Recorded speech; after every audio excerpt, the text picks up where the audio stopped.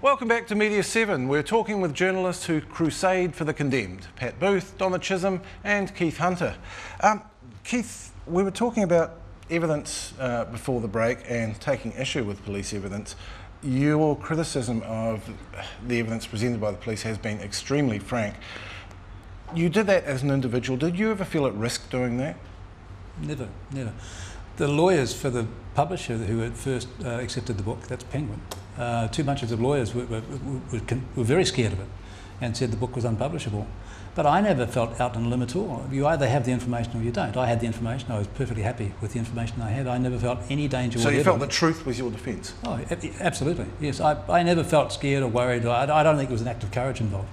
Just an act of common sense. Would you have felt better doing it the way that these two did from within an editorial organisation? No.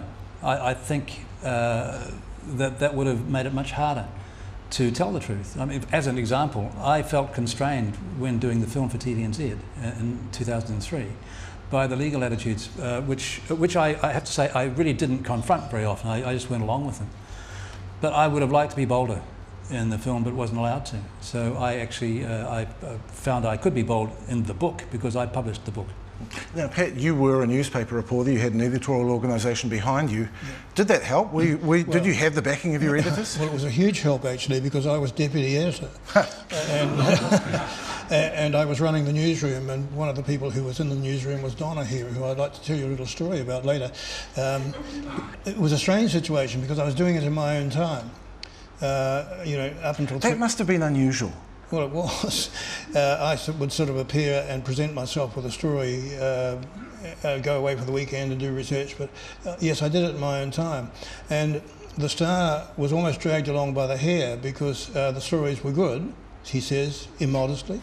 They published them and they got response. But as an indication, after the Court of Appeal turned down yet another of the appeals on Arthur's behalf, the then editor-in-chief said to me the following morning, "Well, Patrick," he said, always Patrick, "Well, Patrick," he said, I'm sorry it's ended this way."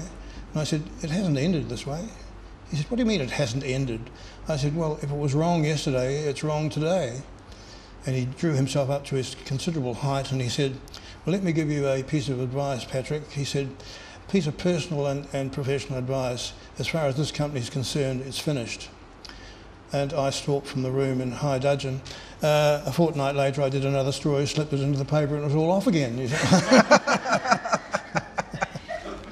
And I presume attitudes changed a little later on when you know, the public mood absolutely did swing behind Thomas. He became a folk hero, didn't he? I mean, I was absolutely astounded. After the series, which, as I say, went on for a week or 8 days and was immensely long, they held a protest meeting in the town hall, and they actually filled the town hall. I had assumed that 2 men and a dog would be there and the dog would be asleep, but that was the beginning, and there were protest meetings all over the country. The Thomas Retrial Committee, who had laboured so long on this, got a new lease of life, and it was quite a different setup from him being vilified. He was turned into a folk hero. Because of this, because the public felt there was something wrong and they were prepared to stand behind the people who were criticising it. What about you, Donna? Was it an advantage having an editorial organisation behind you? Well, I think it was, and like Pat, I held a very senior position in that paper, so I had quite a bit of influence. It helps, doesn't it? It does help. However, on the first story, when we had to go early with it because we thought it was going to blow elsewhere, the editor said he was going to do it as a single column on the front, and I said, "I'm not putting my career on the line for a single column on the front page." So subsequently led the paper, but my story wasn't, I mean, it wasn't a popular campaign at that point. Nobody really cared about a brown man from West Auckland done for child rape. It took a long time before people actually cared. In the first instance, they probably thought, well, you know, if he didn't do this, he did something else, so it doesn't matter much, really. And to make people care about somebody who they don't really care about is really hard. And to make it a popular thing for the paper, it didn't sell, never sold. And to Mike Forbes, the editor's eternal credit, he kept putting it on the front page and kept giving it huge splash treatment. and the sales kind of went down the tubes on those times. One of my best memories, or clearest memories of the Doherty case, is that front page. I don't know whether it was the Herald or the Star. Wouldn't have been the Herald, Dylan.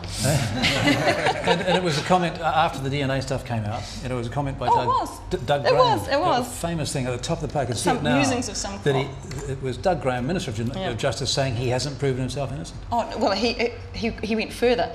He said that I had quoted a cop. Because this came the day after I had 3 senior cops saying we all think he's innocent, and particularly the guy who conducted the reinvestigation thought he was innocent. And the following day, the Herald did come out and quoted Doug Graham as saying it's just the musing of some cop, and of course that got us. And he also refused compensation on the grounds that Doherty had not proven himself innocent, which was an extraordinary thing for a Minister of the Crown to say, because that's not how our justice system works, well, is it? Except that if you get the presumption of innocence with every not guilty verdict, then the justice system is in trouble, because then it has to compensate, because we were talking compensation at that point. So then we spent another 4 years proving that he was innocent, and that was the hardest part of the whole campaign.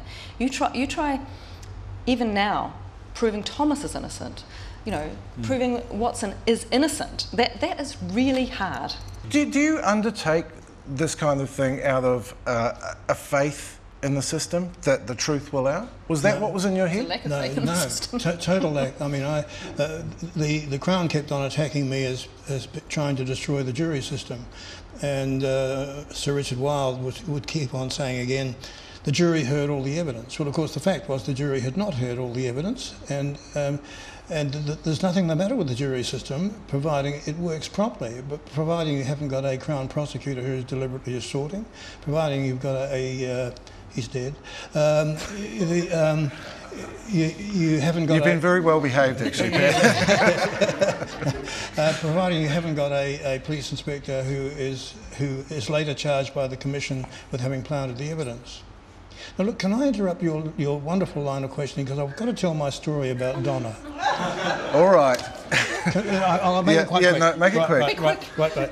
Early in the 70s, I can't remember which year it was, Donna, who was then a fresh-faced cadet on the Star, came running back from the magistrate's court and pounded into my office with her notebook actually in her hand. And she'd been there when an island youth called Tolua had been charged with the theft of 2 plastic combs. This was the time when police were going around stopping people indiscriminately. They'd stopped him walking back from his work in the middle of the night. They'd searched him and found 2 combs. And they said, "Where did you get them from?" He said, "I got them from work." So they charged him with theft. In fact, he'd got them out of the discard tin.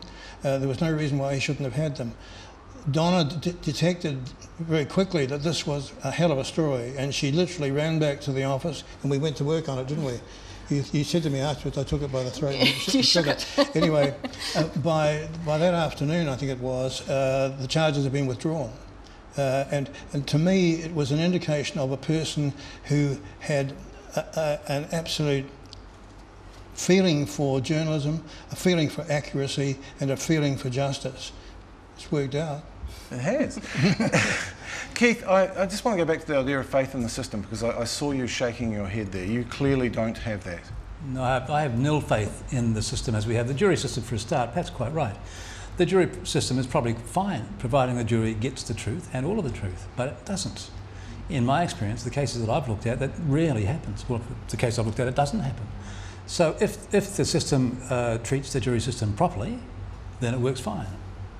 In my view, if lawyers were made to speak the truth in court, if they were subject to the same perjury provisions as everybody else in a courtroom, then it probably wouldn't happen. If the prosecutors, for instance, were obliged to tell not just the truth, but all of the truth, and put forward that information and evidence which doesn't necessarily support their case, which is what they're supposed to do. They're supposed to be ministers of justice. If that happened, then the jury system would work. But that doesn't happen. One last question, and I barely need to ask it, I suspect. Of the 3 of you at the table, you're the only one who hasn't been vindicated in the courts in the end. Are you confident that will happen? Yes, I am. It's in front of the Governor-General now. It will go from the Governor-General to the Cabinet table, or the Governor-General and Council. There are people at that table who who have supported the book and his innocence. Rodney Hyde, Simon Power came up and spoke to me 6 months ago. I would be astonished if they can't follow through and don't follow through.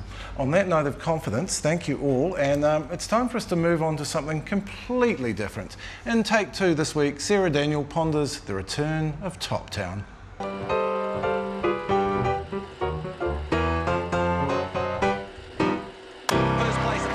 Top Town, New Zealand, 1988. It was fun and games in TV land. Towns all over New Zealand competed for the coveted trophy. Let's go!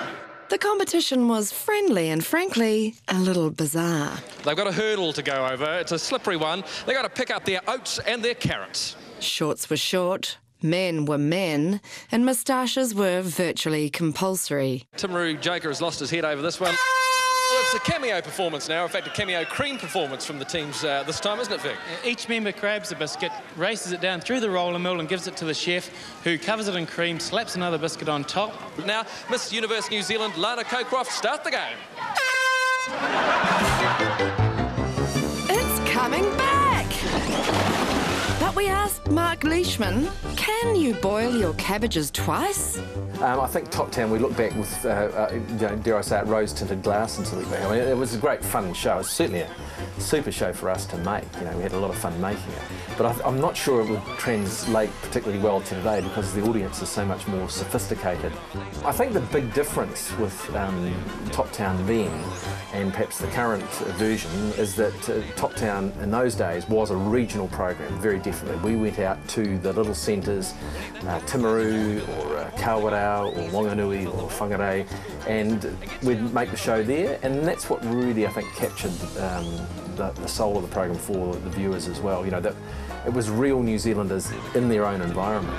It's another one for Timaru, so they've got 4 carrots and 4 bags of oats to get down to this other end here, and it looks... Yeah, well, I think the big difference is very much that OSH is now in existence, and I think it really has had a major impact on a show such as Top Town, because in our day, I'm talking back in between sort of 86 and 89, there was no worries about that sort of thing. You know, we had slippery slopes with detergent awash, we had fireworks going off and all sorts of drama and people running it. I honestly say we never had a serious accident.